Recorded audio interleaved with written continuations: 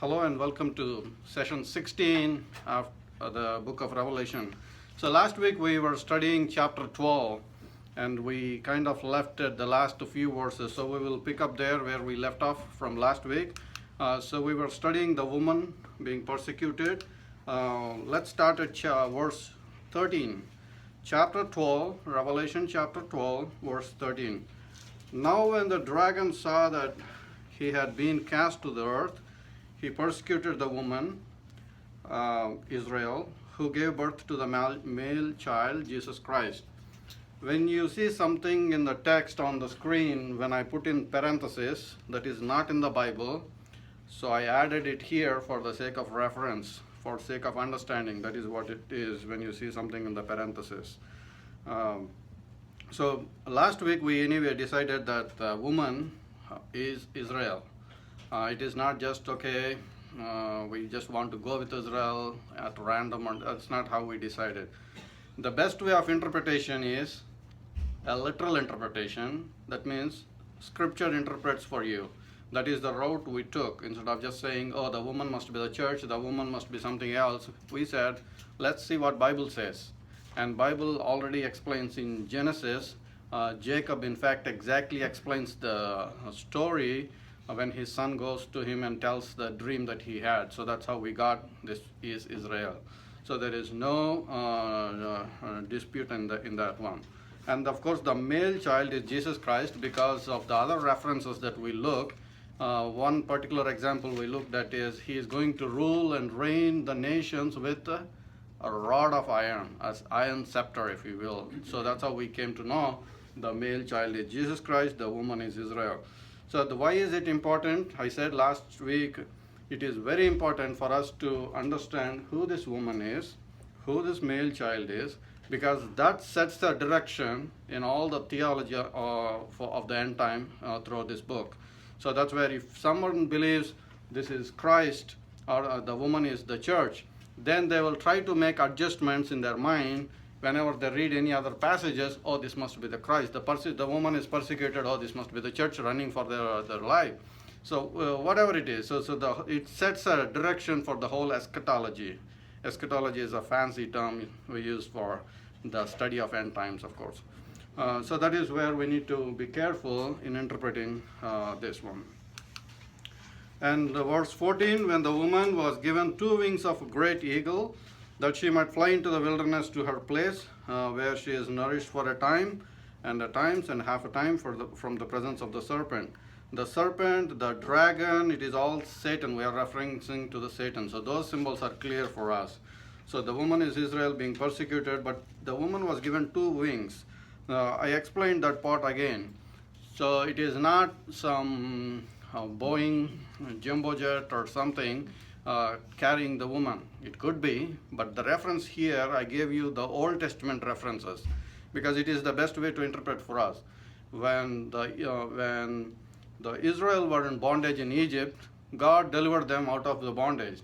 And I showed you some examples. The Lord took them on the eagle's wings. See, that's God's deliverance, the way that God delivered them. So that is the reference. And how God is going to do? In the Old Testament, he divided the Red Sea. And is he going to do it again? I don't know, he could. So whatever the information given in the Bible, that is what we are reading.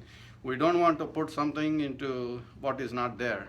Because Revelation in the last verse it says, whoever adds anything to this, they are going to get some dangerous plagues on them. And whoever takes away, subtracts from this, again, they will be taken away out of the book of life. So we have to be careful, especially when adding to the prophecy or taking out of the prophecy, adding to the Bible. Some people comes and tells, oh, I got a new revelation from God. God spoke to me when I was shaving in my bathroom. God came and stood next to me and he was telling me this and he was telling me that, and if you send me some dollars, I'm going to pray for you, so all kinds of teaching us on the TV and on the air. You better be careful when you listen to those. I keep always warning because people are strayed astray when they hear all kinds of this kind of information. When John saw Jesus Christ, he fell on his face and worshipped him. Although he was the beloved disciple, That is what you have to do when you see encounter with Christ Himself. But people, when they tell you that all kinds of stories that they are talking to Jesus and that and this, you have to take it with a grain of salt and see what they are saying. So here the woman were given 2 wings. It is a miraculous protection because you look at the map in the Israel where it is located. It's surrounded by all the enemies. Of course, the Arabs, they want to wipe out Jerusalem, Israel from out of the map. That's their thinking. So here the woman was given 2 wings in a miraculous way. God took them out of that place and protected them. So now the serpent spewed water out of his mouth like a flood after the woman, that he might cause her to be carried away by the flood. But the earth helped the woman, and the earth opened its mouth and swallowed up the flood which the dragon had spewed out of his mouth. This is a very interesting verse to interpret. How do we interpret this thing? So Satan here, shown as a serpent, it is not a real serpent coming out and spewing out water. So we know from the passages that we read, the serpent is the dragon, the Satan here, and spewed water out of his mouth. There are other references in the Bible where water is mentioned, referred to as a people coming as a flood, people coming out like a water. So here, my understanding, my interpretation is based on other passages. Once the woman started fleeing, because Satan started persecuting, the woman started fleeing to the place that was preserved for her. I think these enemies will follow her, chase her. The Israel. So what happens then? But the earth helped the woman, and the earth opened the mouth and swallowed up the flood which the dragon has put. John, how can earth help? So is that again a symbol? No. Earth could really help here. Why? How? We had some, always I go by the patterns in the book. If there is a pattern in the Bible somewhere, I'll go with it, because Bible, you look at anywhere, the patterns are the theme. Everywhere it happens again and again. That's the pattern we should look for. And let's look at a couple of things here. A great army will come against Israel like a flood. The earth opened its mouth and swallowed them alive. Okay, that is my understanding here. So if we want some references for that, let's look at Numbers chapter 16. Here is a familiar passage. There was a dispute in the camp after Moses led them, the people of Israel, out of the Egypt, the bondage. So there were a group of people that rebelled against Moses. So that was the background. And Moses said, "By this you know that the Lord has sent me to do all these things, for I have not done them of my own will. If these men die naturally like all men, or if they are visited by common fate of all men, then the Lord has not sent me. But if the Lord creates a new thing, and the earth opens its mouth and swallows them up with all this that belongs to them, and they go down alive into the pit, then you will understand that these men have rejected the Lord." It's a very clear passage, very straightforward. There are 2 groups of people, one following Moses, the other group following the opposition party. So now here Moses says, if the law, what I am doing is by the Lord. One interesting thing about Moses, I'm taking a tangent here, but let me explain this. I cannot, for some reason, understand the heart of Moses. You know what Moses did? Lord, if you are going to blot out these people's name, blot out my name first.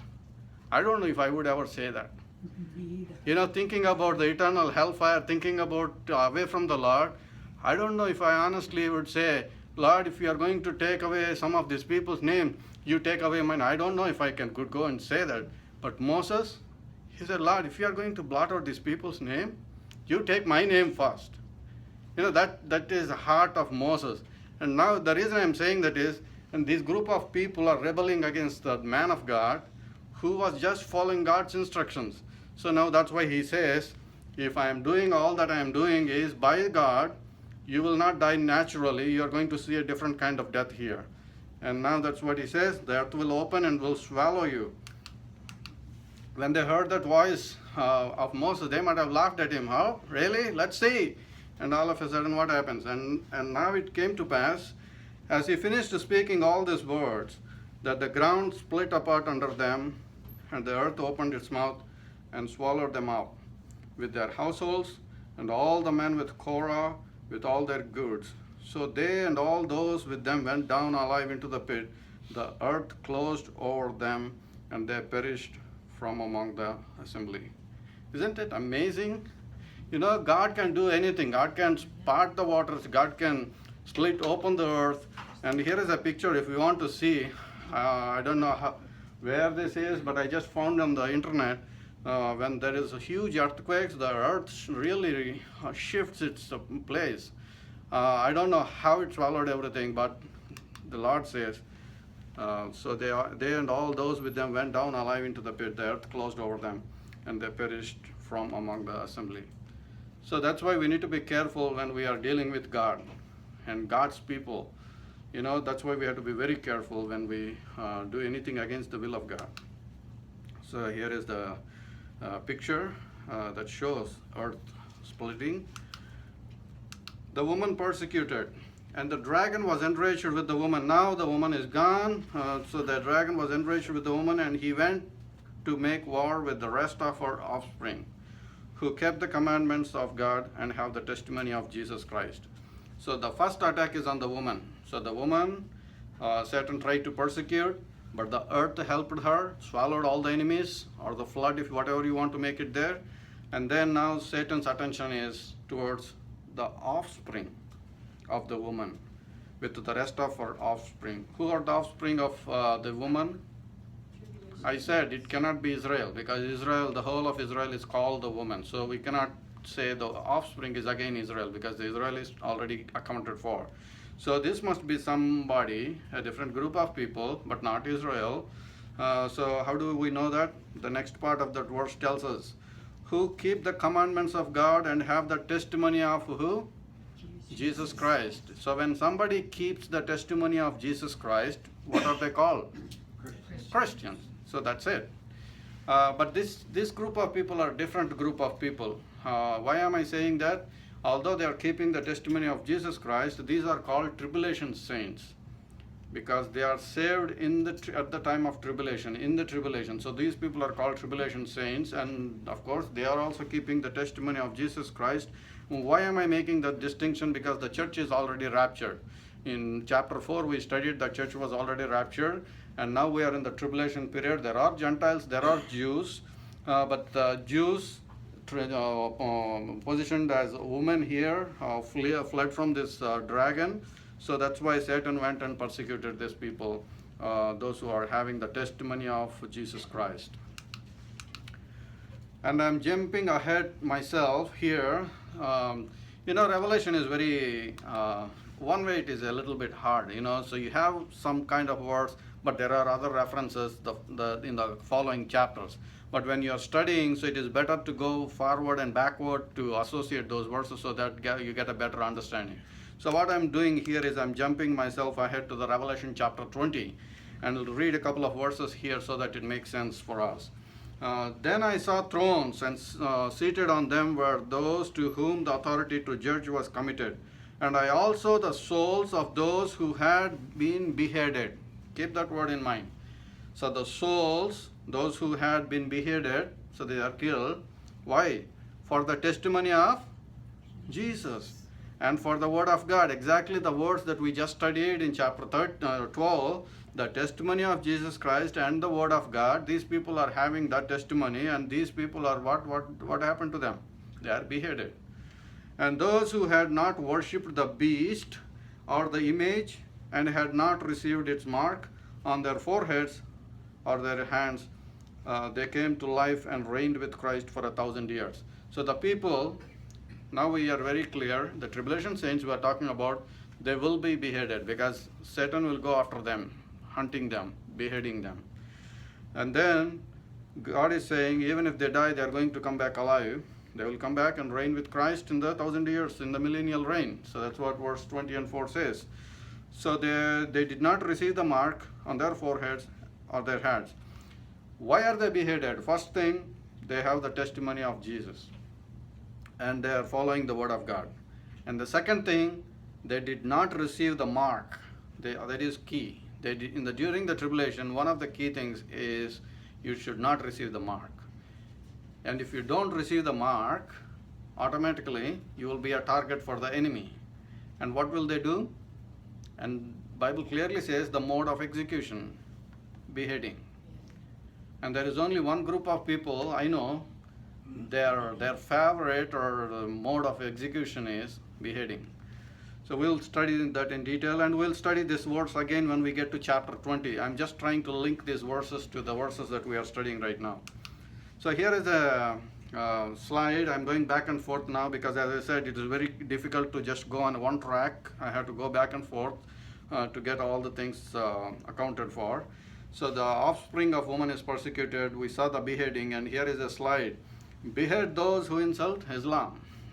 This is not just one slide. You see on the news, people, if you look in the news in Pakistan, if you look in the news in some of these Islamic countries, this is a common thing, and they go burn churches, they do all kinds of things. Even now, how many Christians are being persecuted, how many Christians are killed. So this is what is going to happen even during the time of tribulation if somebody take a stand for Jesus Christ. So the question I'm going to pose tonight is, if that happens to us, if that situation comes to us before the rapture, if there is a situation we are placed in to take a stand for Jesus Christ, how many of us are willing to lay down our lives? Like Peter and Paul, they said, I am ready. For me to die is Christ, to die is gain. So are we in that level? Or if everything is going smooth, everything is comfortable, nobody is taking our chair in the pew in the church, so then we can go and attend the church. If some inconvenience, something happens, then we said, no, we don't want to follow Christ. I've seen people, they used to pray a lot, they do all that, and all of a sudden they just turned their backs and walked away from faith. So that is one thing I challenge, we need to be very careful. We need to really surrender ourselves to Christ, to submit ourselves to God on a daily basis and seek His will. When you are walking in that footstep daily, give us today our daily bread. So then you will be fed every day from the throne of grace. So that's how we can stay.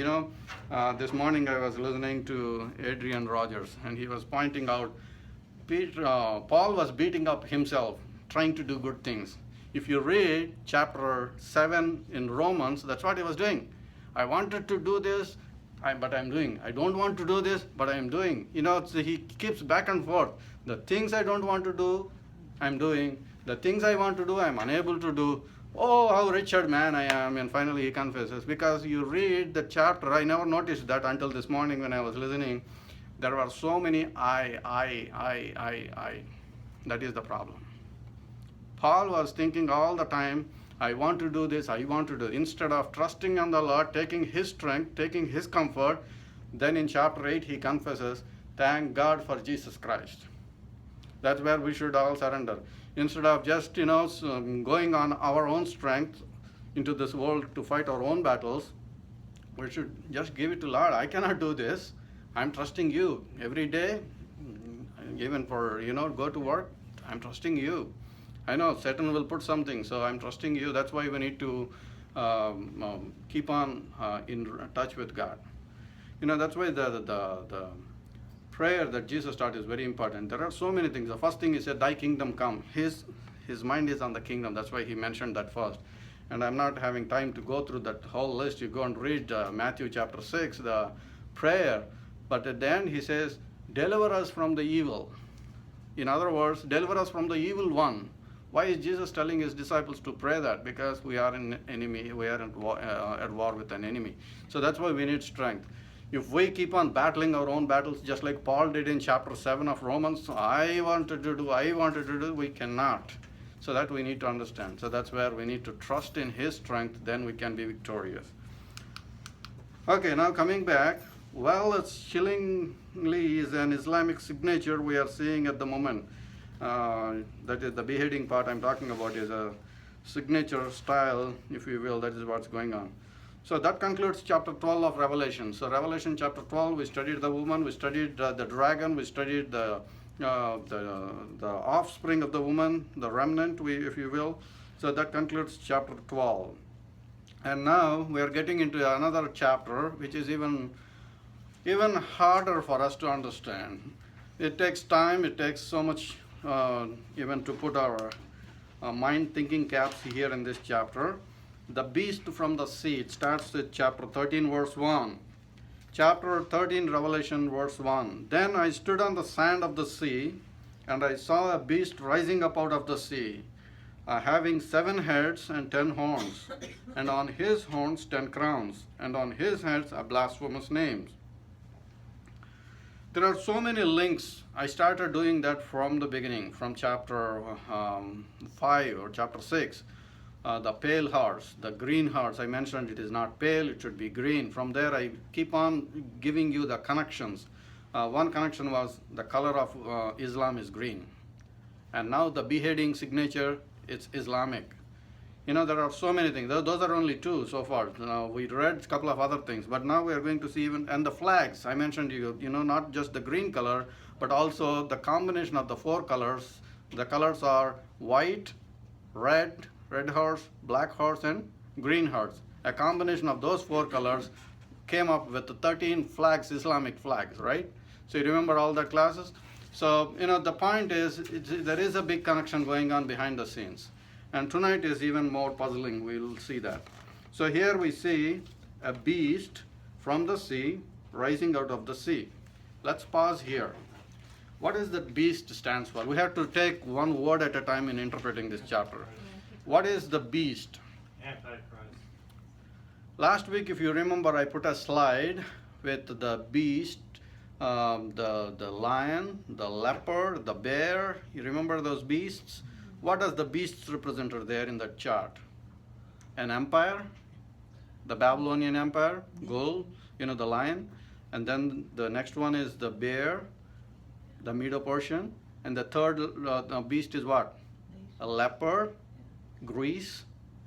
And then the 4th one, we saw that as a robe. So the point I'm trying to make is, of course, it refers to Antichrist. I'm not denying that. But there is more to that. That's what my point is. Whenever you read a beast, it is also referencing an empire. So now how do we know that? And I saw a beast rising out of the sea. And again, the reference to the sea is the people group. People. Again, when you are studying the Bible, your focus should not be on the US, your focus should not be on Canada, or what I mean, your focus should be on Jerusalem and the surrounding nations. Always the Bible is written from the view of the Middle East. So you have to go back. So now when you talk about the sea, we are talking about the Mediterranean Sea and the surrounding nations here. So keep that in mind, in the back of your mind, having 7 heads and 10 horns. And 7 heads also symbolizes the 7 empires or the 7 kings, and 10 horns, again, we said the same thing. A horn also represents a king with the 10 crowns, and on his head a blasphemous name.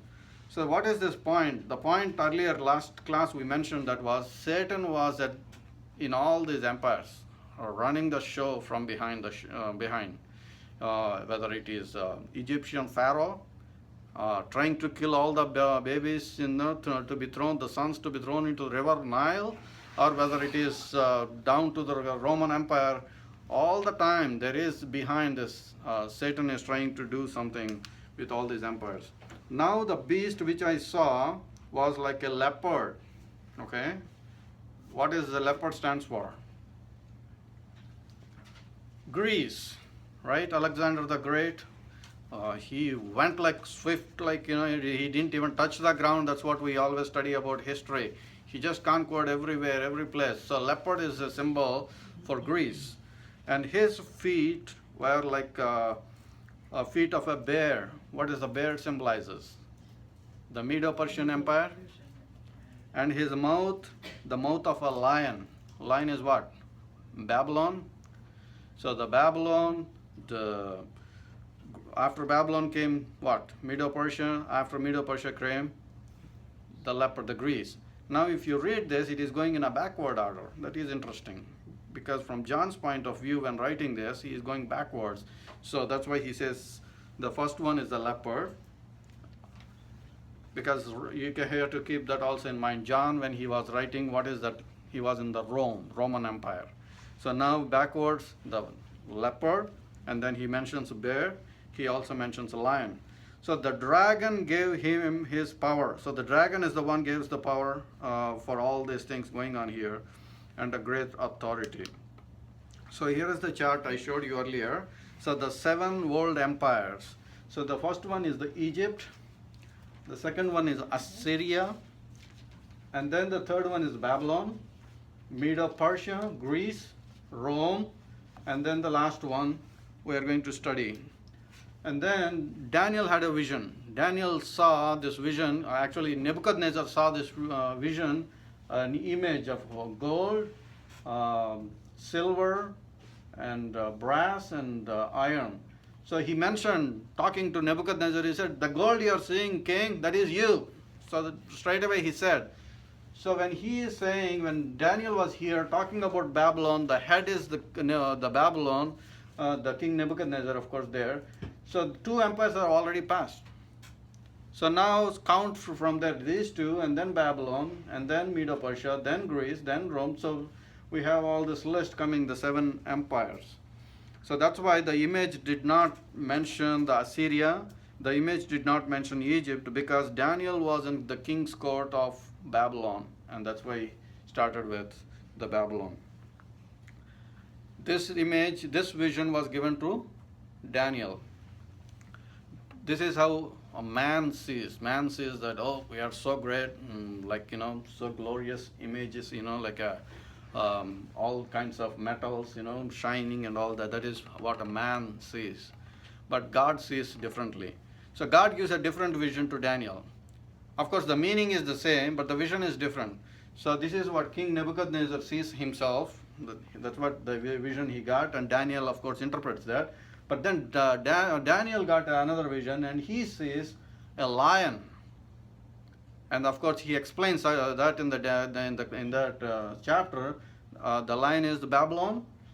The bear is the Medo-Persia. Bear raised up one side. If you read your Bible in Daniel, it says bear raised up one side. What does that mean? That means the Medo-Persian, it's a combination there. And the Persian was the dominant, and the Medes was the subdominant, if you will. That's why it was raised one side. So Medo-Persian. And then the third one was what? Leopard. We studied that, Greece. And then one interesting thing is, when Daniel was writing all this, he was in the Nebuchadnezzar's court, right? But he is seeing the future, what's going to come, and exactly it got fulfilled. He also not only just says that there's going to be a kingdom called Greece, he also mentions that kingdom will be split and given to 4 generals. It's so representing the 4 heads, in other translation 4 horns. So the accuracy is very clear here, what is happening. And finally he sees the last one, animal he is even worried about. And Daniel did not ask, can you explain the first one, can you explain the second one? He didn't ask all that. He directly asked to explain the last one, because this is so scary. So if we study Daniel, we get more details there, but for the sake of time we'll continue. So in all these visions, what God is telling Daniel is the future kingdoms. That is what the point we need to keep in mind. So the future kingdoms, and exactly that is what happened and happening. And the 7th kingdom we are going to see. That's why I say always, the revelation is a continuation of Daniel. That if you don't have the understanding of Daniel, we are at a little disadvantage here. That's why I try to bring in some of the pieces from Daniel. But the point I'm not going extensive in detail is because we studied the Daniel in a separate class already here. And here is the image that actually was depicted in Revelation. This animal was like a leopard. That's why the mane is a leopard. But it's, the legs were like bear, and the head is different lion, and they have 10 horns. I will come back to this kingdoms again one more time, but I just want to give you, we talk about this Assyria. Of course, the Egypt, we all know, the Egyptian, the first empire. But the second one, we haven't heard much about this one. This is the ancient Assyria. 850 BC. So this is all the area that they had in control. And after Assyria, King Nebuchadnezzar and his father actually started the war, and then he died, and then Nebuchadnezzar took over. That's how then he got into all these things. And then this one is the empires around 1350. It shows all the Mesopotamia. So every time, all these empires, one thing you can see, the Mediterranean Sea and Jerusalem, Israel, it is concentrated in this area. So that is the point. All these world empires we are talking about is in that area. It is specifically geographic location is there. That's why sometimes people say Antichrist will come America from New York and all that, because that cannot happen, because the focus is always on the Middle East, and the Antichrist will also be from this area. And I will send you the slides, and you can take a detailed look at these maps, and if you have any questions you can ask.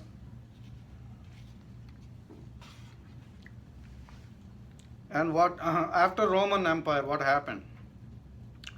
You all know the two legs.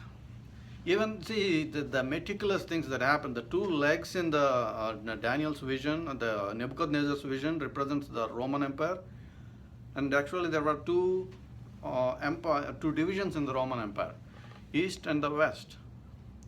The Byzantine Empire and the other side, East and the West, that represents the two. And after Roman Empire, what happened? The Muslims took over. The Ottoman Empire, if you have studied your, remember something, Ottoman Empire. So the red line boundary is the boundary of the Ottoman Empire at its greatest extent, 1683 to 99, that's the Ottoman Empire. Why is that important here? Because when John was writing, he had no clue about this empire. He knows about the Roman Empire because he was in that empire at that time when he was writing. But he knew about all the other previous empires, but this one, John even didn't know about this. This is going to be a future for John.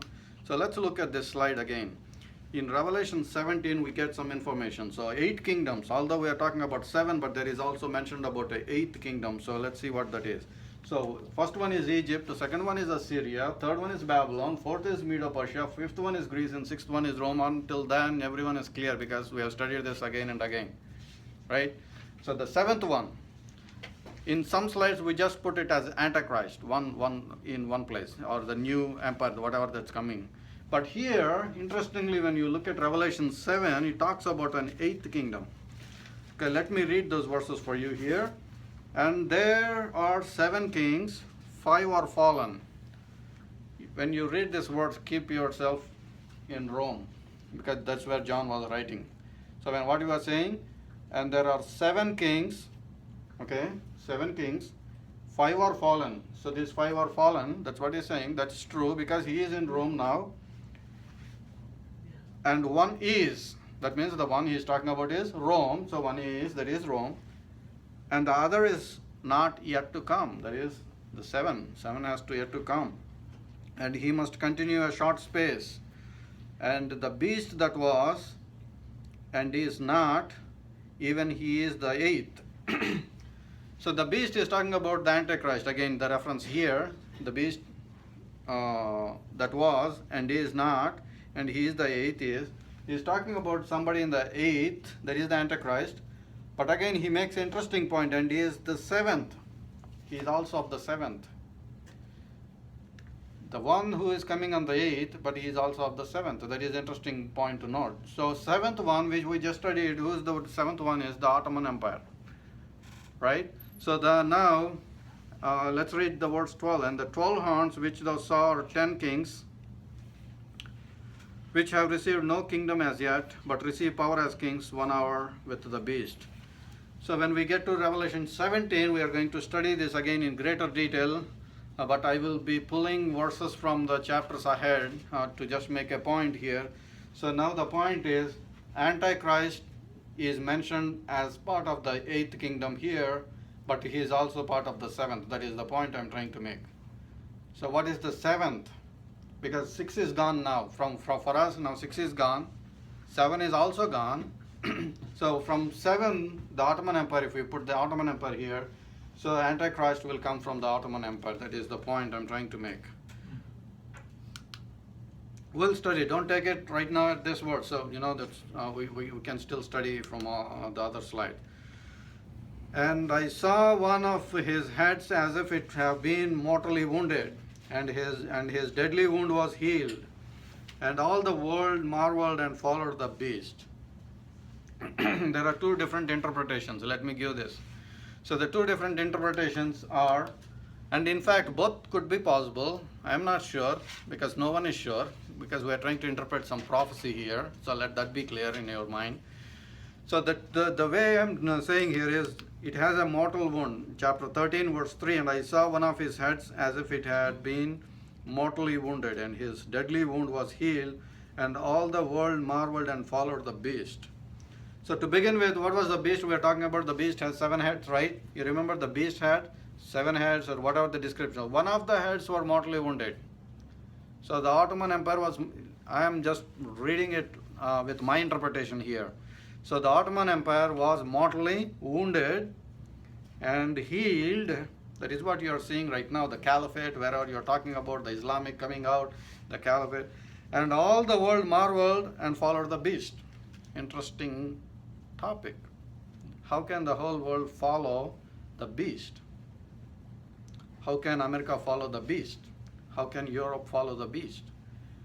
If you have lately read the statistics in Europe, by 2050, the majority of the population will be Islamic. 2050, it's not too far. By 2050, Europe will become an Islamic nation. I'm not talking about the eastern part. I'm talking about the western part of it. And right now, the London mayor is a Muslim. London mayor is a Muslim. Okay, I will stop there. I don't want to go any further. I wanted to say something. I will stop there. We'll continue. So they worship the dragon who gave the authority to the beast, and they worship the beast, saying, who is like the beast, who is able to make war with him? So everyone is blindly following this beast. That is my point. Whatever it is, everyone is blindly following this beast. This beast was, one of its heads was wounded. So if you take the beast as the empires of the world, and one of its heads were wounded, mortally wounded, and came back to life, so the wound was healed. I put right the Ottoman Empire there, and then the Ottoman Empire is coming back, revived Ottoman Empire. That's why if the Iranian president, whenever he comes to UN, he always says the Mahdi is coming, so he prays for the Mahdi to come back, all this talk, because they are also having an eschatology. If you don't know, Islamic, the Quran also have an eschatology of the prophecy about end times. And if you read the Bible, the Revelation, and their Quran, you will see pretty much very close. But the only thing is they flipped it. Our Jesus Christ is their Antichrist, right? Our Antichrist is their Mahdi. So everything is twisted. So that is why when you read the book of Revelation, the armies will march to fight Jesus. We think how stupid that can be. How can these armies go and fight Jesus Christ? Because they think they are fighting their Antichrist Dajjal. So that's why they are enraged. They want to go and fight, because in their mind, what Satan have done is just flipped it. So now they are thinking they are fighting the wrong guy. So that's why they are fighting the Jesus Christ. So that's why you have to be careful with their eschatology. Okay, here is some other explanation for this.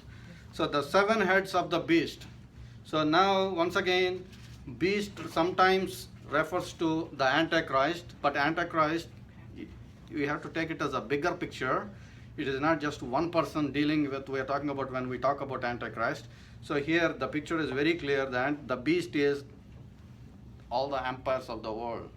So the first head, the second head, the fourth, the third, fourth, fifth, sixth, and seventh head. But the 7th head had 2 kings, right? We just saw. The 7th king shall be wounded unto death, but the 8th king, the spirit of the man of sin, shall be put in the 7th king's body. We don't want to take it literally, whatever it is, but it is going to be a revived thing coming back to life. So that's why most of the time your interpretation is there is seven heads, and all that, but all of a sudden there is an eighth one. We just studied the eighth is because of this reason, because he's going to come back in the seventh. So it's a continuation of this empire.